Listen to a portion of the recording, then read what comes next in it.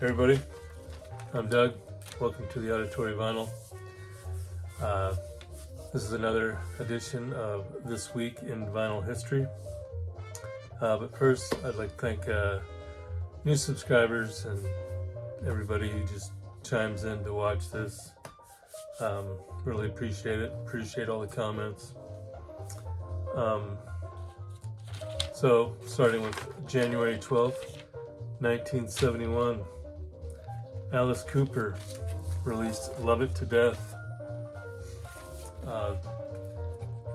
I'm 18 was a big hit off of this. Kind of a cool gatefold. Long Way to Go, Black Juju, also on here. Hallowed Be Thy Name. Hallowed Be Thy Name. Great stuff. Probably know the story about the cover. This is the alternate one without the thumb or the finger, whatever it was. But yeah, good stuff out of Alice. 1971 released that. 1974, January 12th. The Joker by Steve Miller was number one on Billboard's Hot 100. And I don't have that, but here's the greatest hits. And this has got them all on there, as you can see. Jungle Love, Take My Money and Run, Jet Airliner, Dance, Dance, Dance, Fly Like an Eagle. They're all on there. It's great, greatest hits. But yeah, Joker was number one. January 12th, Rob Zombie turned 60. January 13th, 1971. 5 weeks at the number one U.S. singles chart. One Bad Apple by the Osmonds. Got little Donnie right there. This was actually recorded at Muscle Shoals. They also do He Ain't Heavy, He's My Brother on here. I Can't Get Next to You, Babe. The Osmonds. 5 weeks at number one. One Bad Apple. 1981, January 13th. I didn't pull this out because you've all seen it a million times. Dark Side of the Moon. Longest running album on Billboard charts. 402 weeks. That was 1981. And I think, was it the late 80s, early 90s, they dropped out of the Billboard top 200 charts, I think it was. But then later there was a resurgence and they bounced back in for a few more years. So yeah, crazy. January 13th, 1990. Black Crowes released their debut. This is a 2021 reissue on green vinyl, but yeah, Twice as Hard, Jealous Again, Could Have Been So Blind, Hard to Handle, She Talks to Angels. Great stuff. When I was out in California, I saw these guys at a little bitty bar, probably less than 50 people in there. And Chris Robinson, the singer, got all mad and threw his mic down because there was issues with the sound or whatever. But I think it was Twice as Hard or Hard to Handle. One of those two was being played around the San Diego area. And not too long after that, I came back here to Iowa and I was talking to people. Nobody ever even heard of them. And then all of a sudden, their video popped on MTV and yeah, and then they blew up, you know. But it was just weird that nobody had heard of them yet. Anyway, January 13th, Peter Gabriel turned 75. And Henry Rollins, 64. January 14th, 1973. And I don't know if I believe this number or not, but Elvis performed Aloha from Hawaii. It was a concert on television that was by satellite. Said there was 1 billion viewers. I don't know. It's quite a bit, but I'm sure there was a lot. January 14th, 1985. John Fogerty released Centerfield.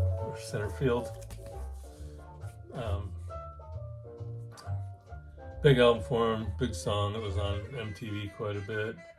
Also on here is The Old Man Down the Road. That was another pretty big one for him. Yeah, good stuff. He had a lot of good solo stuff after leaving CCR. January 14th, T-Bone Burnett turned 77. He has been involved with a lot of people. Most recently, Ringo Starr's brand new one. He helped produce that. He appeared on and helped produce both Robert Plant and Alison Krauss albums. He was involved with the whole Brother Where Art Thou soundtrack. And just lots of other stuff and artists he's been involved in. But Jeff Tate, the singer from Queensryche, 67. Dave Grohl, 56. January 15th, 1977. This album was number one, and you all know it very well. Obviously, the title track. The album is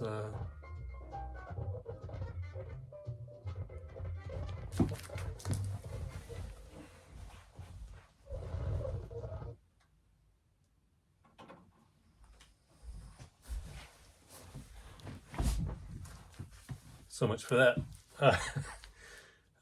Anyway, Hotel California, one of their biggest albums, one of the best-selling albums.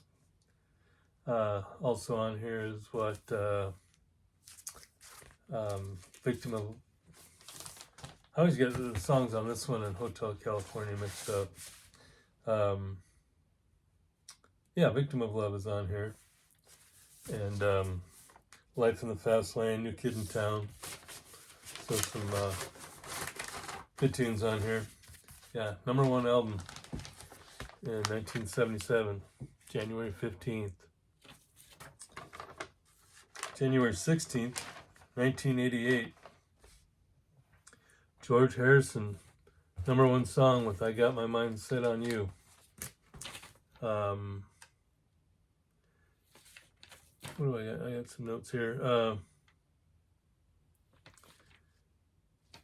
It's been 24 years since he had a number one song, and the last one, 24 years before this one, was Give Me Love. So, yeah. But yeah, this is a great album. Got a lot of good tunes on here. Of course, Got My Mind Set on You. Jeff Lynne appears on here and co-produced with George Harrison. Great stuff. January 16th, Sade turned 66. For all you Barry Manilow fans, January 17th, 1976, I Write the Songs was the number one U.S. single. And if you didn't know, Bruce Johnson from the Beach Boys wrote it. Also on here, Trying to Get the Feeling Again, Bandstand Boogie, New York City Rhythm. This was a pretty big album for him. January 17th, Mark Taylor turned 76, Susanna Hoffs, 66, and Steve Earle, 70. And, what do we got? January 18th, 1974. From Free, Paul Rogers and Simon Kirke. From Mott the Hoople, Mick Ralphs. And from King Crimson, Boz Burrell formed one of the best supergroups, Bad Company. And, obviously they went on to make a lot of great tunes, a lot of good albums. And again, for all you Barry Manilow fans, January 18th, 1975, Barry Manilow's first U.S. single, #1 single, Mandy, from his second album. Probably all heard the story. It was Brandy, but he had to change the name because of, it's not Looking Glass, is it? The guys that did the song Brandy? I can't remember what their name is, but anyway, yeah. So Mandy, #1. Also on here is It's a Miracle, which was a pretty big hit for him.